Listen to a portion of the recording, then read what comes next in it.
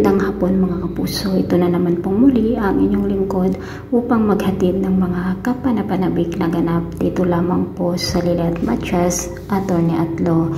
Naganap na nga po ang ikalawang hearing na kung saan nga po ay isasalang na itong si Ino at para marinig po ang kanyang panig kung totoo nga bang nirape nga niya si Trixie, at dahil nga po sa kanyang pahayag ay nagsabi naman si Trixie na sinungaling si Ino dahil nga sa sinabi niya na ginusto nilang dalawa ang pangyayari, at dito na nga po nagkaroon ng matinding sigawan ang dalawa kung kaya't nagalit nga po ang husgado at sinabi na kung hindi nila madisiplinahan ang kanilang kliyente ay kailangan matanggal o isusustain na lamang ng husgado ang kasong ito.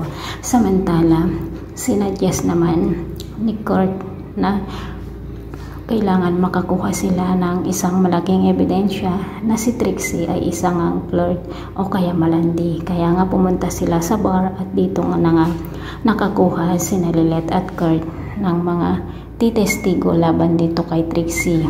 At habang pinapanood nga nila ang video na si Trixie ay nakikipagharutan sa kani-kaninong lalaki, nakikipaghalikan, ay hindi nakayanan ng kanyang mga magulang at pinatigil nga po ang naturang video na ito. At sinisi nga ni Ramir si Lilet at sinabi na paano niyang nagagawa ang lahat ng ito, nakahihiyan ng kanyang half-sister.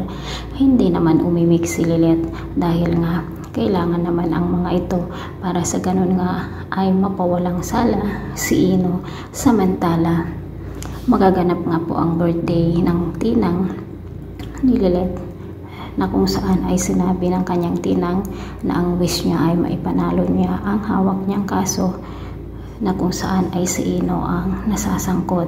Kinausap naman ni Lorena si tinang at sinabi niya na gusto niyang magtestigo si tinang laban dito kay Trixie. Ayaw sanang pumayag ni tinang, ngunit dahil na rin sa pagkikipag-usap ni Lorena ay pumayag na rin ito. At abangan po natin mga kapuso dahil nga mas lalong umiinit ang kasong ito, lalo pat magtestigo na rin si tinang.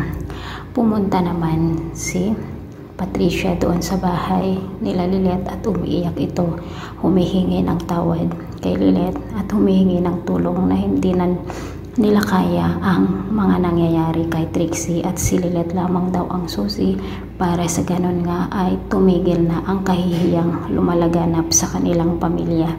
Papayag naman kaya si Lilet dito sa pakiusap ni Patricia mga kapuso? Ito po ang mga dapat natin abangan bukas. Dito lamang po sa Lilet Matias, Attorney at Law. Thanks for watching. Bye bye.